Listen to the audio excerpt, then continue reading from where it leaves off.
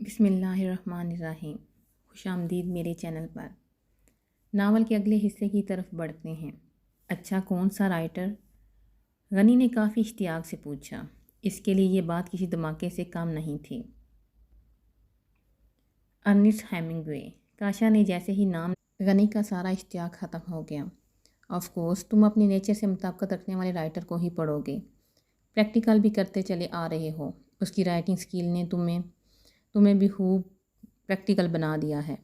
غنی بہت سنجیدگی سے اسے بےعزت کر رہا تھا۔ مجھے اس کی اسکالر فلاسفی نے اٹریکٹ کیا تھا اور اس نے مجھے دنیا برتنی سکھا دی۔ آزادی ہی جینے کا اصل روح ہے۔ مرنے کے بعد کسی کو کسی سے کوئی غرض نہیں۔ تقدیر کبھی بھی ہم پر مکمل طور پر مہربان نہیں ہوتی، اور نہ ہی مجھے اس تقدیر نامی شے پہ بلیو اور یقین ہے۔ اور تم جانتے ہو اس نے آخر میں اپنے آپ کو گولی مار کر خودکشی کر لی تھی۔ آواز سرگوشی سے زیادہ نہیں تھی۔ یس ہی واز اے بریو مین۔ ہاں، وہ واقعی ایک بہادر آدمی تھا۔ غنی کو اس کی ذہنی حالت پہ شبہ ہوا، جو خودکشی جیسے بزدلانہ عمل کو بہادری گردان رہا تھا۔ لیو دس ٹاپک، ماہم والے افیئر کی سناؤ۔ غنی نے موضوع بدل دیا تھا۔ اس سے بھی آخری ملاقات ہے، معاملہ آج یا پار کر دوں گا۔ مجھ سے یہ چونچلے نہیں اٹھائے جاتے، اس نے برا سا منہ بنا کر بتایا۔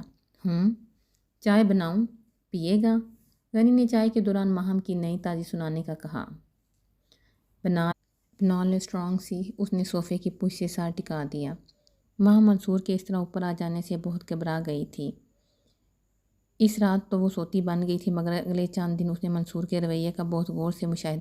اگر منصور نے کچھ سنا ہوتا تو منصور میں اتنی غیرت تو تھی کہ سب کچھ سن کر ایک آدھ تھپڑ ضرور مار دیتا۔ بلاخر وہ ایک مرد تھا اور اپنی بیوی سے بے تحاشا محبت کرتا تھا، جو رات کے پچھلے پہر کسی اور سے دل بہلا رہی تھی۔ شام کی چائے پیتے وہ گائے بگائے منصور کو بھی دیکھتی جا رہی تھی۔ ماہی کے پکارنے پر وہ یکدم سنبھل کے بیٹھ گئی۔ جی، ایک بہت ضروری میٹنگ ہے جس کے لیے مجھے 2 دن کے لیے اسلام آباد جانا ہے۔ تم بھی مجھے جوائن کر لو، 10 دن کا قیام کر لیں گے۔ منصور شہر سے باہر بہت کم جاتا تھا، زیادہ ضروری جانا ہوتا تو ماہم کو بھی ساتھ لے جاتا۔ کبھی کبھار شاہم بھی ان کے ہمراہ چلی جاتی۔ سوری منصور، میری طبیعت بہت ڈاؤن رہتی ہے۔ اس سچویشن میں تو میرا بی پی بھی بہت بڑھ جاتا ہے۔ میں سفر کرنے کا رسک نہیں لے سکتی۔ اس نے صاف انکار کر دیا۔ ہم بائی ایئر جائیں گے۔ اس نے ماہم کے انکار کو نظر انداز کر کے ایک بار پھر کہا۔ پلیز منصور، مجھے فورس نہ کریں، میں گھر میں ایزی فیل کرتی ہوں۔ منصور کے بارہا کہنے پر بھی وہ اندر سے تپ گئی، مگر بظاہر تحمل سے بولی۔ اس کا ذہن بہت تیزی سے چل رہا تھا۔ منصور چلا جائے گا تو وہ بھی آسانی سے کاشا سے ملنے جا سکے گی۔ منصور کی موجودگی میں جانا مشکل تھا، 100 بہانے تراشنے پڑتے تھے۔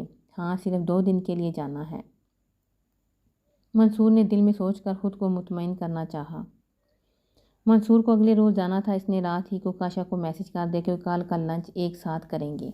وہ منصور کے یوں جانے اور اپنا راستہ اتنی آسانی سے صاف ہو جانے پر خوش تھی۔ بظاہر اس نے اپنے ارد گرد والوں اور خاص کر منصور کو دکھاوے کے لیے رنجیدگی اور چپ کی چادر اوڑھ رکھی تھی۔ وہ اپنے ہر عمل میں بہت سستی دکھا رہی تھی۔ وہ 10 بجے ناشتہ کرنے گھر آیا تھا، اس کے بعد اسے پھر آفس جانا تھا اور وہیں سے اس کی اسلام آباد کے لیے روانگی تھی۔ ماہم کے لیے وہ از حد فکر مند تھا۔ شاہم کو اس نے ڈیروں نصیحتیں کی تھیں۔ اس کا جانا اشد ضروری تھا، ورنہ وہ کبھی بھی اس حالت میں چھوڑ کر نہ جاتا۔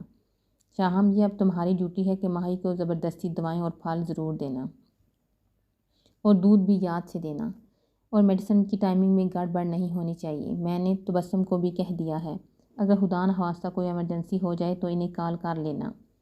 اس نے کوئی 7ویں بار شاہم کو حکم نامہ جاری کیا۔ اس کو کھلانے پلانے کی ڈیوٹی بہت ٹف ہے، یہ آپ کا ہی حوصلہ ہے، مجھ میں اتنا اسٹیمنا نہیں ہے، پھر بھی ایک آدھ بار ٹرائی کر لوں گی۔ آپ کی طرح نہ منت کروں، نہ ہی نوالے بنا بنا کر منہ میں ڈالنے آتے ہیں مجھے۔ شاہم نے شرارت سے اسے تنگ کرنے کے لیے کہا۔ اسے منصور کا یوں ماہم کے لیے فکر مند ہونا بہت اچھا لگتا تھا۔ مائدہ، تم زیادہ تر اوپر ہی رہنا، ماہی کچن میں ہرگز نہ جانے پائے، دھیان رکھنا۔ شاہم کو گھور کر اس نے مائدہ کو بھی اس کا ذمہ دار بنا دیا۔ منصور، میں کوئی بچی تھوڑی ہوں، خود رکھ لوں گی اپنا خیال۔ اسے منصور کا شاہم اور ماہم کے سامنے اپنے لیے اتنا باولا ہونا شرمندہ کر رہا تھا۔ بریکنگ نیوز، تم بچی سے بڑی ہو گئی ہو۔ منصور، ماہم نے اس کے بازو پہ مکہ مارا۔ چلو مجھے گاڑی تک سی آف کرنے آؤ۔ اس نے ماہم کے گرد بازو لپیٹ کر ساتھ لگا لیا۔ میں بھی گاڑی تک آؤں سی آف کرنے، شاہم نے جان بوجھ کر اڑائی۔ منصور کی حرکات اس کے لیے تفریح کا باعث بنی ہوئی تھیں۔ نو تھینکس اینڈ اللہ حافظ مائی لٹل فرینڈ۔ اسے نفی میں سر ہلاتے ناک کو دبایا۔ آؤ ماہی۔ انہیں یوں ایک ساتھ باہر نکلتے دیکھ کر شاہم نے تہہ دل سے خوشیوں کے لیے دعا کی۔ منصور کے جاتے ہی شاہم بھی تھوڑی دیر بعد اپنی گاڑی لے کر نکل گئی۔ اب ماہم کا راستہ بالکل صاف تھا۔ شاہم بھی نہیں تھی، وہ اس سے ضرور پوچھتی، وہ اس سے یہ بھی نہیں کہہ سکتی تھی کہ منصور سے میرے باہر جانے کا ذکر نہ کرنا۔ شاہم کی واپسی تاخیر سے ہی ہوتی تھی۔ اس نے کمرے میں آ کر تسلی سے کاشا کو فون کیا، اسے اپنے آنے کا بتایا اور جگہ کنفرم کی۔ وہ تیار ہو گئی۔ اس نے میرون کلر کی باریک شفون کی ساڑی پہنی جس کے بارڈر اور بلاؤز پر سلور کلر کا کام کیا گیا تھا۔ یہ ساڑی منصور نے اس کی برتھ ڈے پر پہننے کے لیے لایا تھا۔ برتھ ڈے پارٹی میں ہر فرد نے اس ساڑی میں ماہم کی تعریف کی تھی۔ ساتھ اس نے ہم رنگ گرم شال نکالی تاکہ اپنا آپ اچھی طرح ڈھانپ سکے۔ لباس پہن کر اس نے اپنے لمبے سلکی بال کیچر لگا کر ادھ کھلے چھوڑ دیے۔ اس نے بہت خوشی اور آزادی سے اس نامحرم شخص کے لیے لائٹ سا میک اپ کیا۔ اتنا تردد کبھی بھی منصور کی خاطر نہیں کرتی تھی۔ منصور کے لیے اسے سجنا سنورنا اسے جھنجھٹ لگا کرتا تھا۔ وہ مقررہ وقت سے 15 منٹ جلد پہنچی تھی۔ کاشا 5 منٹ لیٹ تھا۔ اس کی ٹیبل کے قریب وہ ذرا سا ٹھٹک کر رک گیا۔ ہیلو بیوٹی کوئن، ستائش سے بھرپور لہجے میں کہتے ہوئے اس نے اپنا ہاتھ اس کی طرف بڑھایا۔ ماہم ذرا کی ذرا جچکی، پھر اس کا بڑھا ہوا ہاتھ تھام لیا۔ ہائے مسٹر کاشف۔ وہ بھی اسی کے انداز میں مخاطب ہوئی۔ ریلی تم کہیں سے بھی میرڈ نہیں لگ رہی۔ اس کی توصیفی نظریں اس پر جمی ہوئی تھیں۔ ویٹر آ گیا تو مینیو کارڈ دیکھتے ہوئے لنچ آرڈر دینے لگے۔ کاشا نے کھانے کے دوران کوئی بات نہ چھیڑی۔ لنچ کروا کے اسے شاپنگ کے لیے لے گیا۔ وہ بھی آزاد تھی۔ اسے کاشا کے ساتھ گھومنا، وقت گزارنا، اس کے چھوٹے چھوٹے جملوں پہ کہکے لگانا اچھا لگ رہا تھا۔ کاشا نے اس کے لیے کتنے ہی رنگوں کے کپڑے، ساڑیاں، شوز خریدے۔ اس نے بھی اپنے کریڈٹ سے کاشا کے لیے شاپنگ دل کھول کر کی۔ کاشا کی ہمراہی میں مختلف دکانوں پہ ہواری کرتے، بار بار کپڑوں کی ٹرائی لیتے، کلر کمبینیشن منتخب کرتے، جوتے کا سائز، سٹائل تبدیل کرواتے ہوئے کاشا کی ٹائیوں کی سلیکشن، پینٹ کوٹ، جیکٹس وغیرہ 4 گھنٹے وہ مسلسل شاپنگ کرنے میں مگن رہے تھے۔ اسے اب یاد نہیں رہا تھا کہ شاپنگ کرنا اسے کتنا بور لگا کرتا تھا۔ وہ 5 سال میں ایک بار بھی دل سے منصور کے ساتھ بازار نہیں گئی تھی۔ اس نے کبھی منصور کے لیے ٹائی تک نہیں خریدی تھی۔ منصور اس کی birthday, wedding anniversary, Valentine day, new year, حتیٰ کہ شب برات تک کے موقعوں کو یاد رکھ کر گفٹس وغیرہ خریدا کرتا تھا۔ وہ منصور کی برتھ ڈے ہی بھول جاتی تھی۔ اس کا دھیان منصور کی طرف کبھی تھا ہی نہیں۔ شاپنگ کرتے شام کا اندھیرا رات میں تبدیل ہو گیا۔ وہ اب سیدھا گھر جانا چاہتی تھی۔ شام بھی آنے والی تھی۔ اسے گھر نہ پا کر پریشان ہوتی۔ کاشا نے اسے ڈنر تک کے لیے روک لیا۔ جس مقصد کے لیے وہ ملے تھے اس کا تو ذکر ہوا ہی نہیں تھا۔ وہاں میں بہت اسٹریٹ فارورڈ بات کروں گا، تمہیں میرے اور اپنے ہسبینڈ سے کسی ایک کو رکھنا ہوگا۔ کاشا کی اس تلخی پہ اس کا دماغ معاف ہو گیا۔ وہ کتنی ہی دیر تک پلک نہ جھپک سکی۔ کاشا کو چھوڑنے کا تصور بھی نہیں کر سکتی تھی۔ اسے کاشا کو چھوڑنے کا تصور ہی لمحہ موت لگتا تھا۔ منصور کو چھوڑنا اتنا آگے کا بھی اس نے سوچا تک نہیں تھا۔ در حقیقت اسے کچھ بھی نہیں معلوم تھا۔ اسے منصور کو رکھنا ہے یا اس کا شوہر باپ، بچوں کا باپ، اس کی عزت کا رکھوالا ہے، یا اس کاشا کو، اس نامحرم مرد کو جسے وہ چھپ چھپ کے ملتی ہے اور تعلقات بڑھا رہی ہے، جو اس کے گزرے کل کا حصہ تھا۔ فیصلہ تو اسے کرنا ہی تھا کسی ایک کے حق میں، شوہر یا عاشق۔ نیا رشتہ استوار کرنے کے لیے پرانے اور اٹوٹ بندھن کو توڑنا لازم تھا۔ ہاں، وہ نظریں چرانے لگی۔ مجھے اب بھی جواب چاہیے ماہم۔ اس نے اپنے غصے پہ بامشکل کنٹرول کیا۔ مجھے تھوڑا سا وقت دو کاشف۔ میں واٹ؟ ٹائم کیوں چاہیے؟ کیا میں عمریں نو لکھوا کے آیا ہوں جو تمہارے چکروں میں برباد کرتا پھروں؟ 2 ماہ کا ٹائم کم تھا سوچنے اور فیصلہ کرنے کے لیے۔ پرابلم منصور تمہارے 2 بچوں کا باپ ایک ویل اسٹیبلش پرسن ہے۔ زندگی سکون سے گزر رہی ہے، جب کہ میں تمہارا کیا ہوں؟ ایک نامحرم اور غیر مرد جس کے ساتھ تم بازاروں میں عیاشی کرتی پھرتی ہو اور ٹائم پاس کرتی ہو، لمبی لمبی کالز کرتی ہو، شوہر کو بھی دھوکہ دے رہی ہو اور مجھے بھی ہوار کر رہی ہو۔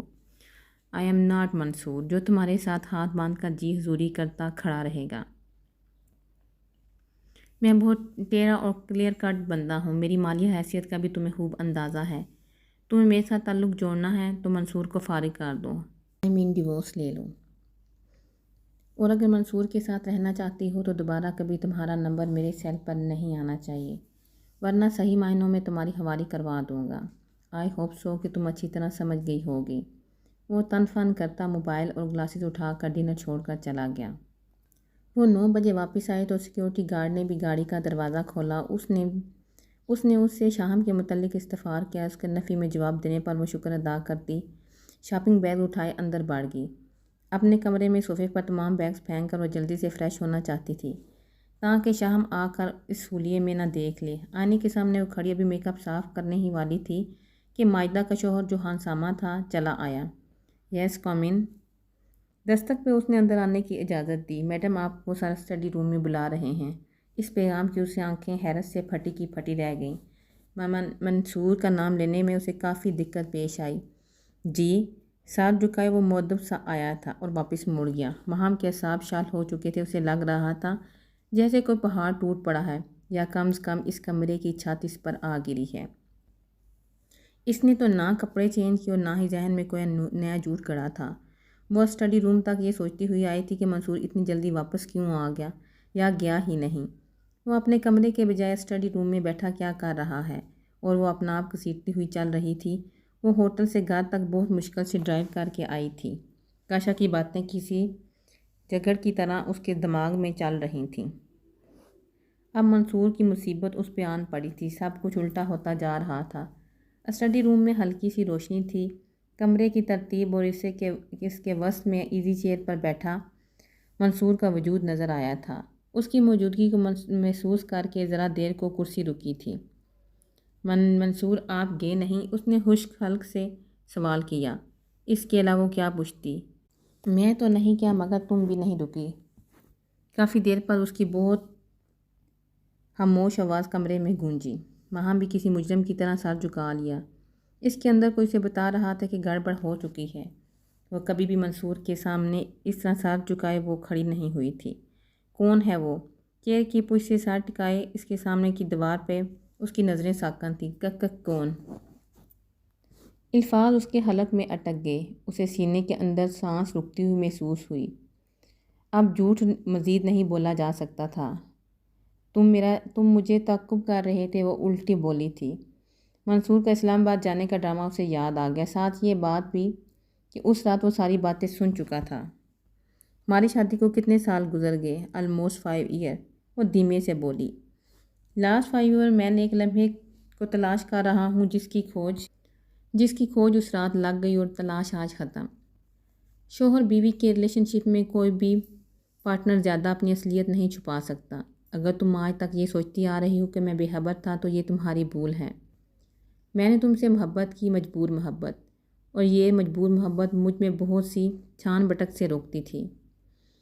یہ محبت میرے ہونٹوں پہ قفل لگائے رکھتی، کبھی خود کو اذیت دینے سے بہتر دھوکہ دینا لگتا ہے۔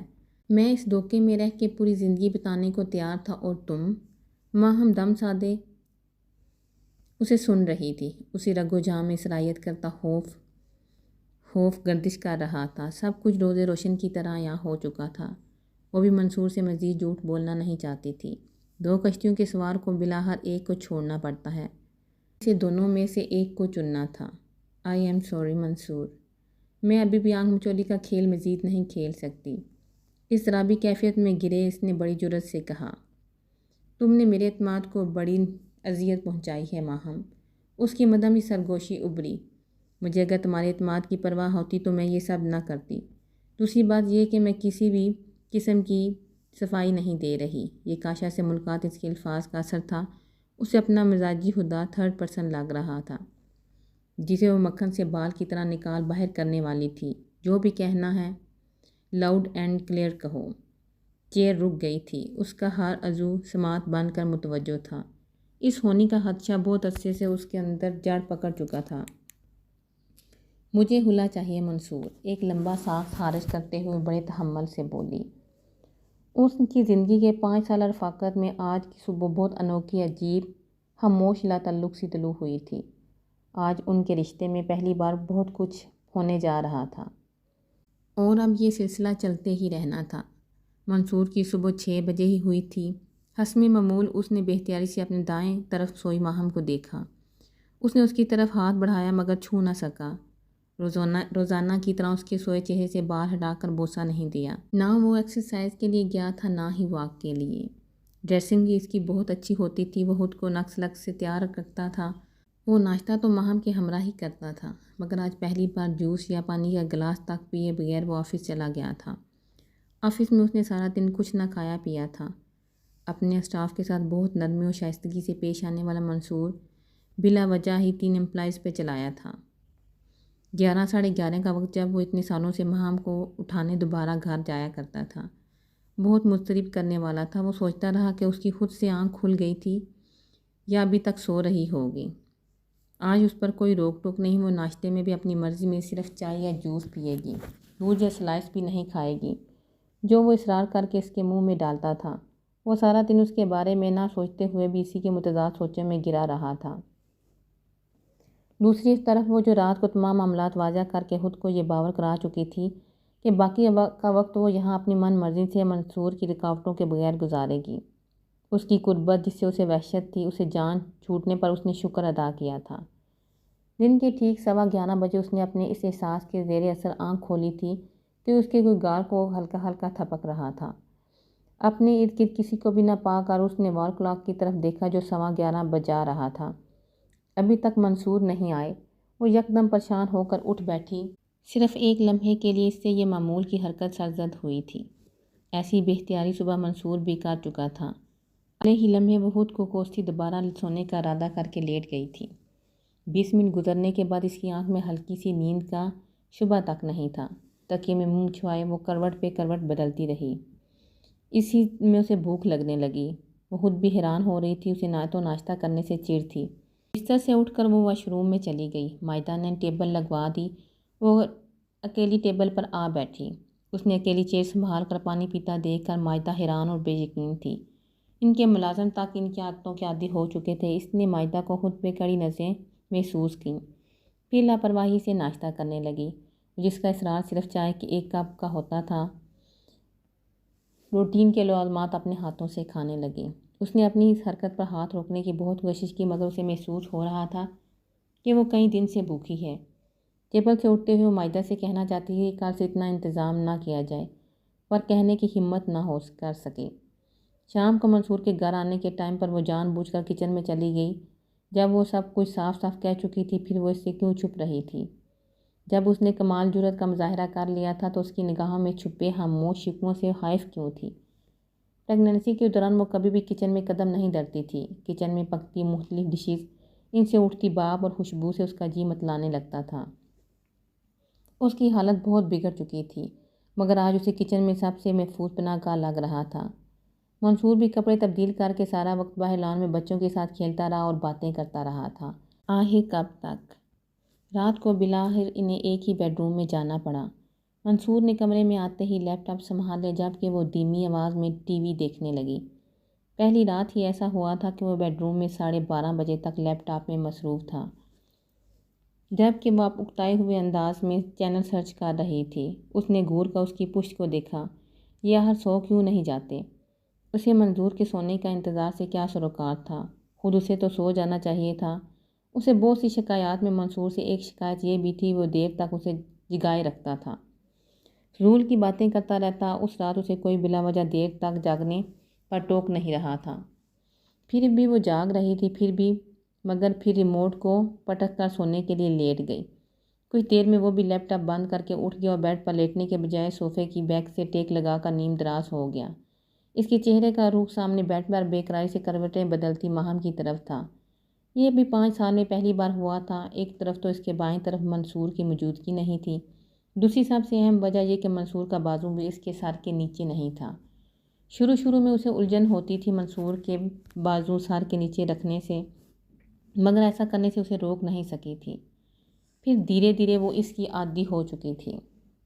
منصور کو بھی اپنا بازو اس کے نیچے رکھے بغیر نیند نہیں آتی تھی۔ تکیے پر سر اسے ایسے محسوس ہو رہا تھا کہ اس کا سر کسی گہرے کنویں یا پاتال میں گر چکا ہے، اور نیند بھی نہیں آ رہی تھی۔ بار بار اس کی ٹوٹتی نیند اور کروٹیں بدلنے سے اس کا سر بھاری ہو گیا تھا۔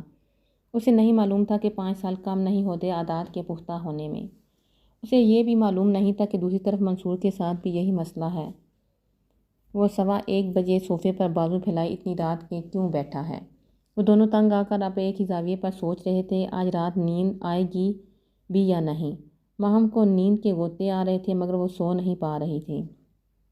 اس نے بے بسی سے دونوں ہاتھوں سے کن پٹیوں اور اوپر بالوں کو مٹھیوں میں جگڑ لیا۔ منصور جو اسے نوٹ کر رہا تھا، اس کے خود پر تشدد کرنے پر تیزی سے اپنی جگہ سے اٹھ کر اس کے قریب آ گیا۔ اس کی یہ حرکت بالکل غیر ارادی تھی۔ ایک ہی رات میں وہ ایک دوسرے سے اتنے بے نیاز و اجنبی تو نہیں ہو سکتے تھے کہ ایک دوسرے کی تکلیف جان کر بھی انجان بنے رہیں۔ وہ اس سے اتنی محبت کرتا تھا کہ بے وفا رہ کر بھی اس کا سینہ چیر کر دل تک نکال لیتی تو وہ اف نہ کرتا۔ جب تک تمہارے پاس میری امانت ہے، میرا فرض بنتا ہے کہ میں تمہارا خیال رکھوں۔ اس کے برابر لیٹے اس کے سر کے نیچے تکیہ نکال کر اس نے اپنا بازو رکھ دیا۔ بچہ تو بہانہ تھا، وہ اس کا برم رکھنا چاہتا تھا۔ ماہم نے بھی ذرا بھی چوں چرا نہ کی۔ اپنے اندر ایک گونا سکون اترتا محسوس کر کے منصور کی طرف سے رخ پھیر لیا۔ وہ سیدھا لیٹا، یک ٹک چھت کو گھورنے لگا۔ وہ ہلکی ہلکی غنودگی میں جا رہی تھی۔ اسے منصور کی مدھم آواز سنائی دی، جب 2 میاں بیوی ایک گھر، ایک کمرے، ایک بستر اور ایک تکیے پر سر رکھ کر سوتے ہیں، سانجھے بچے پیدا کرتے ہیں، اپنا دکھ سکھ ایک دوسرے سے شیئر کرتے ہیں، تو ان سب کے باوجود ایک دوسرے سے محبت کیوں نہیں ہو پاتی؟ کہاں ایسی غلطی ہو جاتی ہے کہ انہیں کسی تیسرے کی کمی محسوس ہونے لگتی ہے؟ اس نے ماہم کو تکلیف دینے کی غرض سے یہ سب نہیں پوچھا تھا، بس اس کے جی میں آیا تو اس نے کہہ دیا۔ ماہم نے آنکھیں کھول کر اس کی بات سننے کی کوشش کی مگر اسے ناقابل غور سمجھ کر آنکھیں بند کر لیں۔ پتہ نہیں اس نے مختصر کہہ کر جان چھڑائی۔ وہ 5 سال اس کی بھرپور موجودگی میں خود کو اندر سے تنہا اور اکیلا ہی سمجھتی آ رہی تھی۔ اب وہ چند سیکنڈ میں وجہ کیا بتاتی جو اسے خود بھی معلوم نہیں تھی؟ ایک بندہ سوال کرے، دوسرے کے پاس اس کا جواب نہ ہو تو غلط کون ہوتا ہے، سوال کرنے والا یا جواب دینے والا؟ اس نے پھر بات برائے بات پوچھ لیا، اور رات دیر تک اس سے باتیں کرنے رہنے کی عادت کو دہرا رہا تھا، یہ سوچے بغیر کہ ماہم اب اس کی پابند نہیں۔ پلیز فار گاڈ سیک منصور، مجھے نہیں پتہ کچھ بھی، سو جاؤ۔ وہ غنودگی میں اترتی تھی تو منصور کی آواز اسے جگا دیتی، اس کے مدہوش لہجے میں سخت بیزاری تھی۔ ماہم، تم مجھ سے خلا نہیں لو گی، میں تمہیں طلاق دوں گا، کیونکہ میں نے ہمیشہ تمہاری ہر ضرورت بنا مانگے کہے پوری کی ہے۔ سونے سے قبل اس نے آخری بات کر دی تھی۔ ماہم بچوں کے کمرے سے نکلی تو اس نے لاؤنج کے صوفے پہ بیٹھی شاہم کو چپس کھاتے اور موبائل پر گانا سنتے دیکھا۔ وہ اس سے بات کرنا چاہتی تھی، اس کے پاس رک گئی۔ کہاں ہوتی ہو شاہم، نظر ہی نہیں آتی؟ کشن درست کرتے ہوئے اس نے گلہ کیا۔ ہاں آپی، نظر تو آپ نہیں آتی، سارا دن کمرے میں بند رہتی ہیں، میں آپ کو دیکھنے کو ترس گئی ہوں۔ شاہم موبائل بند کر کے اس کے احترام میں کھڑی ہوگی۔ بیٹھیں آپی۔ نہیں، مجھے ابھی شاور لینا ہے۔ تم بتاؤ، ارسل سے ملاقات ہوئی تمہاری؟ شاہم کو تھوڑی حیرانگی سی ہوئی۔ ماہم نے کبھی ارسل کا اس طرح ذکر نہیں کیا تھا۔ جی ملی تھی، فون بھی آتا ہے اس کا، کیوں، کیا ہوا؟ تم ارسل سے کہو کہ اپنے پیرنٹس کو بھیجے، بلکہ مجھے ان کا نمبر دو، میں خود ہی بات کرتی ہوں۔ کہ پیرنٹس کیوں آئیں آپی؟ شاہم نے بیوقوفی سے پوچھا۔ آئی تھنک تمہارا پرپوزل لے کر اس کے والدین کو آنا چاہیے، بیوقوف لڑکی۔ ماہم کو اس پہ غصہ آیا۔ اوہ، وہ اپنے رشتے کا سن کر اس کے چہرے پہ سرخی دوڑ گئی۔ جب سے اس کے اور منصور کے درمیان خاموش معاہدہ ہوا تھا، اسے شاہم کی فکر لگ گئی تھی۔ وہ بے شک منصور کی صرف سادی ہی نہیں چچا زاد قسم تھی، مگر جب اس سے بیوی کا رشتہ توڑ دیتی پھر شاہم کا یہاں رہنے کا قطعی جواز نہیں بنتا تھا۔ اس کی ڈیلیوری میں تھوڑا ہی وقت تھا۔ وہ منصور کو چھوڑنے سے پہلے شاہم کا قصہ نمٹانا چاہتی تھی۔ شاہم آخری رکاوٹ تھی۔ اپنے بیٹوں اور آنے والی بیٹی کے بارے میں اس نے فیصلہ لے لیا تھا کہ وہ اس کے پاس ہی رہیں گے۔ ایسا سوچتے ہوئے نہ اس کا دل کانپا، نہ ہی وجود پہ لرزش طاری ہوئی۔ کاشا اور اس نے بچوں کے مستقبل کی بات نہیں کی تھی۔ وہ اس سے بچے ساتھ رکھنے کہتی تو شاید وہ مان ہی جاتا۔ آخر وہ جانتا ہے وہ شادی شدہ اور 2 بچوں کی ماں ہے، اور ممتا اپنے بچوں کے بغیر ادھوری ہوتی ہے۔ اسے ایک بار اس سے بات کرنی چاہیے، مگر اس نے ذکر کرنا گوارا نہ کیا، تو پھر کاشا کو کیا پڑی ہے کہ وہ اپنی پرائی مصیبت اپنے گلے میں ڈالتا۔ چلو بیٹوں کی تو خیر تھی، مگر بیٹی وہ وجود ہے جسے وہ اپنے وجود کا خون دیکھ کر اس کی ابیاری کر رہی تھی، جس نے ابھی اس دنیا میں آنا تھا، جسے اس نے دیکھا تک نہ تھا۔ وہ اس ننھی کائنات سے بھی خود کو آزاد رکھنے کا تہیہ کر چکی تھی۔ وہ یہ سب کیوں اور کس کے لیے کر رہی ہے؟ کاشا کے لیے، اس کی محبت میں۔ یہ کیسے ہو سکتا ہے کہ ایک انسان سے اتنی محبت، اتنی چاہت رکھنے والا دل چاہتا ہو اور اس دل میں صرف کسی ایک کے لیے جگہ ہو؟ کیا کوئی شخص ایک وقت میں تمام رشتوں کو نہیں نبھا سکتا؟ وہ تمام رشتوں سے مخلص بن کے نہیں رہ سکتا؟ رشتے تھے بھی کون؟ اس کے اپنے پروفیسر زہیب رضا کی بڑی اور لاڈلی بیٹی، جس پر انہیں فخر تھا، اس کی قابلیت اور فہم و فراست پر۔ ان کے بچپن سے جوان ہونے تک پڑھائے گئے اخلاقیات کے وہ سبق بھول گئی تھی۔ اس کا دل پتھر ہو چکا تھا، یا اس نے کر لیا تھا۔ اس کے باپ نے بیوی کے مرنے کے بعد 13 سالہ ماہم اور 8 سالہ شاہم کو سنبھالا تھا، اکیلے ان کی پرورش کی تھی، ماں کا پیار بھی دیا تھا۔ ان کے چھوٹے بھائی خطیب رضا منصور کے والد نے 5 سالہ منصور کی ماں کی جگہ کبھی کسی اور عورت کو نہ دی تھی، مگر وہ ماہم تھی جو اپنے باپ اور چچا کے اس فیصلے کو غلطی، انتہائی سنگین غلطی شمار کرتی تھی۔ 13 سالہ ماہم جوں جوں شعور کی سیڑھیاں طے کر رہی تھی، اسے ماں کی اشد ضرورت محسوس ہو رہی تھی۔ وہ جانتی تھی کہ مرے ہوئے لوگ واپس نہیں آیا کرتے تھے۔ اس کے ننیان والوں نے بیٹی کی موت کے بعد آنا جانا کم کر دیا تھا۔ اس کے صرف ایک چچا منصور کے والد ہی تھے، اس کا اپنا کوئی بھائی بھی نہیں تھا۔ ماہم بھی پروفیسر صاحب کی شادی کے کئی سال بعد منتوں مرادوں سے پیدا ہوئی تھی۔ بیٹیوں نے ان کی فیملی کو مکمل کر دیا تھا۔ ان کے اندر کبھی بھی بیٹے کی خواہش پیدا نہیں ہوئی تھی۔ خاندان کے کچھ بزرگوں نے انہیں شادی کا مشورہ دیا تھا، کیونکہ اب ان کے مشکل وقت کاٹنے والی بیوی نہیں رہی تھی۔ اگر وہ دوسری شادی کر لیتے تو ہو سکتا تھا ان کی گھر اولاد نرینہ بھی ہو جاتی، مگر انہوں نے صاف انکار کر دیا۔ ان کے خیال میں اب شادی کی عمر نہیں رہی تھی۔ ماہم بھی ابھی ان کے کندھے تک آتی تھی۔ بیوی کی زندگی سے جانے کے بعد ان کی زندگی ڈسٹرب ضرور ہوئی تھی، مگر دوسری عورت لا کر وہ اپنا اور اپنی بیٹیوں کا جینا حرام نہیں کرنا چاہتے تھے۔ ماہم کو اتنی سی عمر میں پہلی بار اپنے باپ کی سوچ غلط لگی تھی۔ وہ خود کو بہت تنہا محسوس کرتی تھی۔ شام چھوٹی تھی، اسے اس کو سنبھالنا پڑتا تھا۔ گھر میں کام کرنے والی آتی اور اپنا کام مکمل کر کے چلی جاتی۔ اسے ایک ایسی عورت کی ضرورت تھی جو مستقل ان کے ساتھ رہے، ان کے ساتھ کھیلے، انہیں اچھی اور بری بات سمجھائے، روک ٹوک کرے، ان کے کام کرے، کھانا بنائے۔ وہ دونوں اسکول سے آتی تو زہیب رضا کالج سے نہیں آئے ہوئے ہوتے تھے۔ ملازمہ ٹی وی دیکھنے یا کچھ اور کرنے میں مشغول ہوتی۔ ان کا بھوک سے برا حال ہوتا اور وہ بھوک چلاتی سارے گھر میں اس کے پیچھے پھرتی۔ ان کا یونیفارم کبھی صاف نہ ہوتا، کبھی پورا نہ ملتا، کبھی کوئی چیز اپنی جگہ پہ نہ ملتی۔ اس نے باپ سے خود کہہ دیا کہ ہمیں نئی ماما لا کر دیں۔ انہوں نے ہنس کر ٹال دیا۔ اس نے اپنی ٹین ایج کا دور بہت مشکل سے جیسے تیسے گزار لیا، مگر اب بہت سمجھدار ہو گئی تھی۔ اپنی اسٹڈیز، چھوٹی بہن شاہم کا خیال، باپ اور ساتھ میں وہ گھر کو سنبھالتی، یہ سب سیکھنے کے لیے جن دشواریوں سے گزری تھی وہ بھی کم نہیں تھیں۔ وہ بڑی ہو گئی تھی، پھر بھی کبھی کبھی باتوں ہی باتوں میں بابا سے گلہ کرتی کہ انہوں نے دوسری شادی نہ کر کے ان کے ساتھ زیادتی کی تھی۔